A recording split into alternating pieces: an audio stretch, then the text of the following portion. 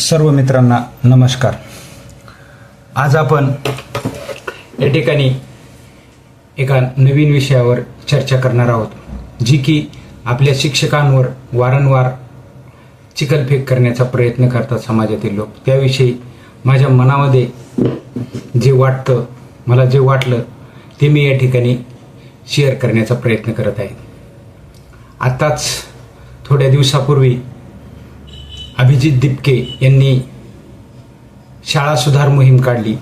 त्यामध्ये त्यांनी शिक्षकांना जे काही जाब विचारलाय त्याच्याविषयी मी माझं मत या ठिकाणी व्यक्त करणार आहे।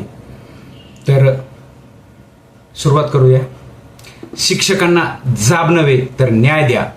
आज काही ठिकाणी जिल्हा परिषद शाळांमधील विद्यार्थ्यांकडून साफसफाई करून घेतली जाते म्हणून शिक्षकांना प्रश्न विचारले जात आहेत। प्रश्न विचारणे चुकीचे अजिबात नाही, परंतु प्रश्नाच्या मुळाशी जाणे आधी महत्त्वाचे आहे।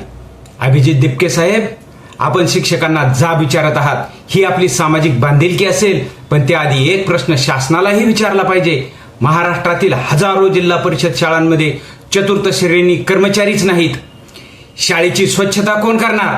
वर्गखोल्या, परिसर, शौचालये, पिण्याच्या पाण्याच्या टाक्या, कचरा व्यवस्थापन यांची जबाबदारी कोण घेणार? ग्रामीण भागातील शिक्षक केवळ अध्यापन करत नाहीत, ते शाळा चालवतात, शासनाच्या योजना राबवतात, विद्यार्थ्यांच्या सुरक्षिततेची काळजी घेतात, पालकांशी संवाद साधतात आणि वेळ प्रसंगी झाडू हातात घेऊन शाळेची स्वच्छताही करतात। अनेक शिक्षकांनी स्वतः शौचालय स्वच्छ केल्याची उदाहरणे आहेत, कारण त्यांना आपल्या विद्यार्थ्यांचे आरोग्य आणि शाळेची प्रतिष्ठा महत्त्वाची वाटते।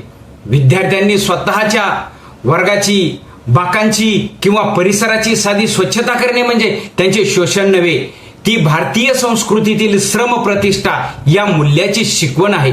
महात्मा गांधींनी देखील स्वच्छतेला जीवनशैलीचा भाग मानले।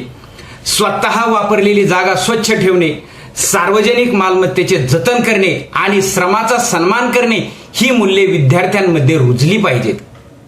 मात्र याचा अर्थ विद्यार्थ्याकडून जड अथवा धोकादायक कामे करून घ्यावीत असा अजिबात नाही, पण शाळेतील स्वच्छतेची सामूहिक जबाबदारी समजावून सांगणे हे शिक्षणाचाच एक भाग आहे। म्हणूनच अभिजित दिपके साहेब, शिक्षकांवर टीका करण्याऐवजी आपण शासन दरबारी आवाज उठवा। प्रत्येक जिल्हा परिषद शाळेला कायमस्वरूपी चतुर्थ श्रेणी कर्मचारी मिळावेत यासाठी आंदोलन करा। शाळांना आवश्यक मनुष्यबळ, निधी आणि सुविधा मिळाव्यात यासाठी पाठपुरावा करा, कारण समस्या शिक्षकांची नाही, समस्या व्यवस्थेतील उणिवांची आहे।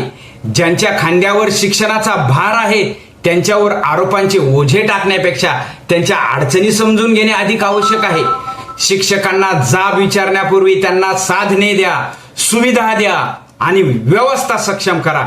शेवटी एवढेच म्हणावेसे वाटते, जिथे झाडू हातात घेणारा शिक्षक दिसतो तिथे व्यवस्थेचे अपयश दिसते, आणि जिथे श्रमाचा सन्मान करणारा विद्यार्थी दिसतो तिथे उज्ज्वल समाजाची आशा दिसते।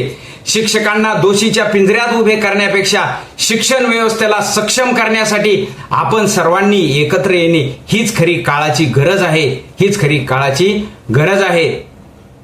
तर शेवटी आणखीन एक विनंती करावीशी वाटते की सर्व शिक्षकांनी आपल्या मुख्य कार्यकारी अधिकारी यांना पत्र लिहून प्रत्येक शाळेला चतुर्थ श्रेणी कर्मचारी मिळावा अशा प्रकारची विनंती अर्ज सर्वांनी करावा। बस, जय हिंद, जय महाराष्ट्र।